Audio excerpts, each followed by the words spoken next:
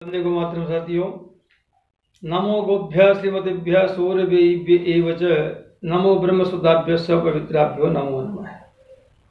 आज हम चर्चा करते हैं आयु पर ग्रहों का प्रभाव।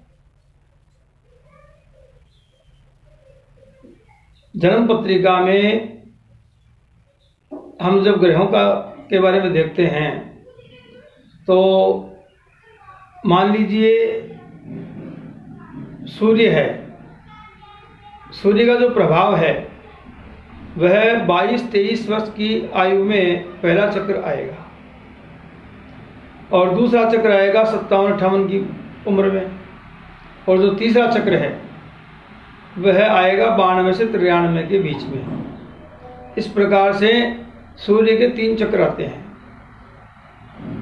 तो इन ग्रहों का हम उपचार भी करें तो हमें अच्छा सुफल प्राप्त होगा।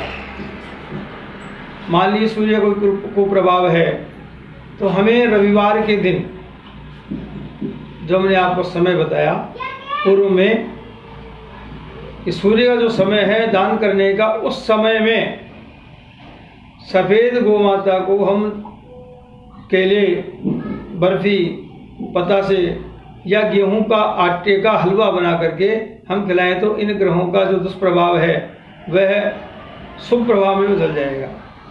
इसी प्रकार से चंद्रमा का जो चक्र है, प्रथम चक्र आएगा 24 वर्ष की आयु में, और दूसरा चक्र आएगा 59 वर्ष की आयु में, और तीसरा चक्र आएगा 94 वर्ष की आयु में। और चंद्रमा के दान के लिए चांदनी रात शुभ मानी गई है। अगर हम चांदनी रात में चावल भिगो करके और उसमें गुड़ मिला करके सुबह सफ़ेद गाय को हम खिलाएंगे तो चंद्रमा का जो कुप्रभाव है वह शुभ प्रभाव में बदल जाएगा। इसलिए हमें चंद्रमा का दान चंद्रमा के समय में ही करना चाहिए। अब बात करते हैं मंगल की। मंगल 28 साल होगा, अर्थात मंगल का जो कुप्रभाव है वह 28 से 33 वर्ष की आयु तक रहेगा, और दूसरा जो चक्र है वह 63 से लेकर 68 वर्ष की आयु तक रहेगा, और तीसरा चक्र है जो 95-97 वर्ष की आयु तक रहेगा। अर्थात हमें चंद्रमा का दान चांदनी रात में करना चाहिए, तो हमारे लिए यह शुभ फल देगा। इसी प्रकार से मंगल की जो आयु का जो चक्र है वह सर्वप्रथम 28 से 33 और 63 से 58 और 98 से 130 वर्ष की आयु तक रहेगा। अगर किसी के मंगल कुंडली में खराब है, अष्टम भाव में है, लग्न में है या द्वादश भाव में है, अष्टम और द्वादश भाव में तो व्यक्ति की कुंडली जो है मांगलिक बन जाती है। और मंगल के कुप्रभाव को दूर करने के लिए हमें मंगल के वैदिक मंत्र के चौगुने जप करवानी चाहिए। और मंगल के जो समय में पक्का जो दोपहर का जो समय है वह मंगल का है, इसमें हमें दान करना चाहिए। तांबा, गुड़, गेहूं, लाल मसूर की दाल, लाल फल, लाल पुष्पों की माला,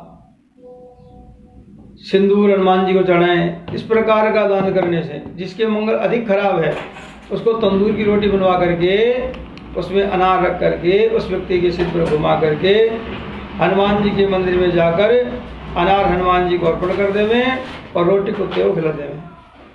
उस व्यक्ति के पाइल्स इत्यादि की रक्त विकार, पेट में दर्द, तकलीफ इत्यादि वगैरह नहीं होंगे। मान लीजिए किसी के मार्केस है तो मार्केस के समय में ऐसा दान करने से भी व्यक्ति पूर्णतः निसंदेह किसी प्रकार का उसको कष्ट नहीं होगा। अब एक बात करते हैं बुध की। तो बुध का जो समय है वह 32 से 36 माना गया है।